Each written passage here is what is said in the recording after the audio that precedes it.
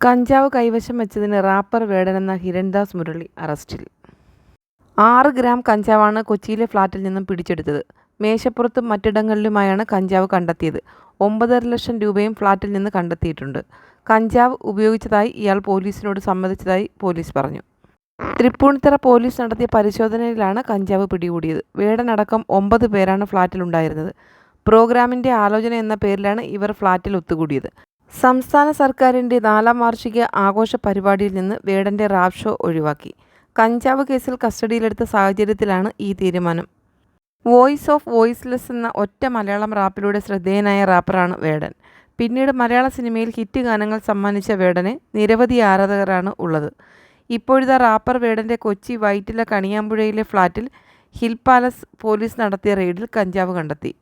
ഫ്ളാറ്റിൽ വേടനും അദ്ദേഹത്തിൻ്റെ സംഗീത ഗ്രൂപ്പിലെ 9 അംഗങ്ങളുമാണ് ഉണ്ടായിരുന്നത്. ഒരു ഷോയ്ക്ക് പരിശീലനം നടത്താനാണ് ഇവിടെ ഇവർ ഒത്തുചേർന്നതെന്ന് ഹിൽ പാലസ് SI അറിയിച്ചു. കഞ്ചാവ് ഉപയോഗിച്ചതായി വേടൻ സമ്മതിച്ചതായും വാർത്തകൾ വരുന്നുണ്ട്.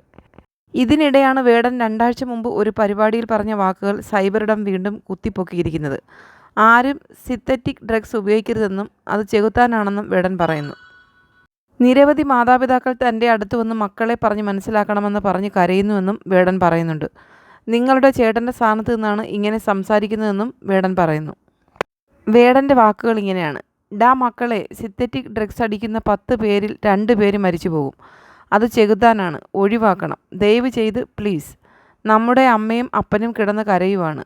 എത്ര അമ്മയും അപ്പനുമാണ് എൻ്റെ അടുത്ത് വന്ന് മക്കളെ ഇതൊക്കെ ഒന്ന് പറഞ്ഞ് മനസ്സിലാക്കണമെന്ന് കരഞ്ഞു പറയുന്നത്. സിന്തറ്റിക് ഡ്രഗ്സ് അടിക്കുന്ന 10 പേരിൽ 2 പേര് ചത്തുപോകും.